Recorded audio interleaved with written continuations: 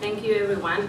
We just wanted to give this this video, just to give you an idea of the improvements that we have been done in marine protected areas conservation during these last 5 to 6 years, which is the project that Sonia was telling all you, and she couldn't come, and we are reducing also our carbon footprint with this video. She couldn't come. I'm coming to do so many other presentations and supporting her presentation just to highlight the main ideas that she was just giving us to how to promote and how to communicate to improve marine conservation.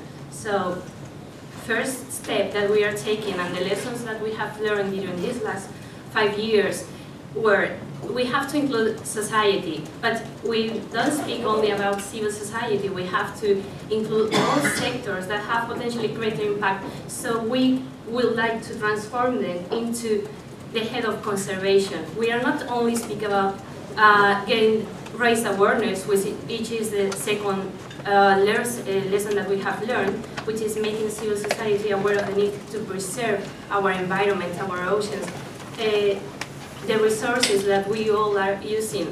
And the third lesson that we have learned in these last years is how to transmit, that it's important to transmit knowledge, scientific knowledge, not only the knowledge, the popular knowledge that we have been transmitting during this first lesson learned that I told you, but scientific knowledge as well, to civil society as well, to all sectors, stakeholders, and the most important thing is that the challenges that we have in front of us, those marine protected areas network as already proposed, but the challenges that we have in front of us, and in front of you as well, of course, is the managing of those areas. We want to preserve those areas the way they are now. How we can do that?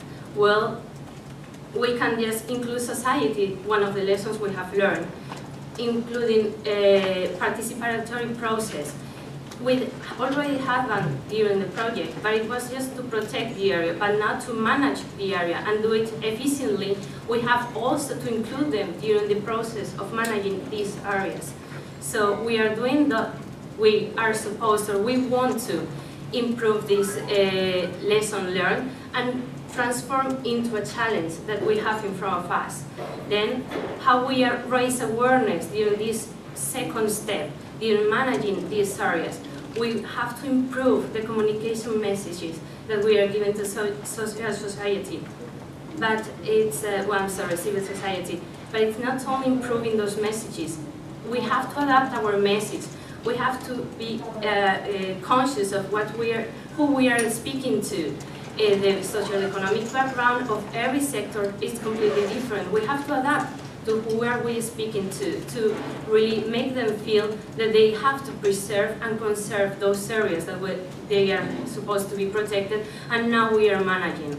And the last but not the least, of course, is how we transmit this knowledge that we have known that it's important to transmit. We have to do it through cooperation between civil society, between scientific organizations, between stakeholders, all sectors, and we have to prepare groups that they can discuss, they can have the chance to speak between themselves, and they can help us to really manage those areas in a way that we can preserve them the way we have decided they were going to be, because they are marine protected areas in a network. We shouldn't forget that in Spain we are working to protect them all in a network. So I just wanted to highlight those three main ideas, the lessons we have learned, how we should transform it into challenges for the future, so we can really assure that we are preserving the nature's resources that we have preserving.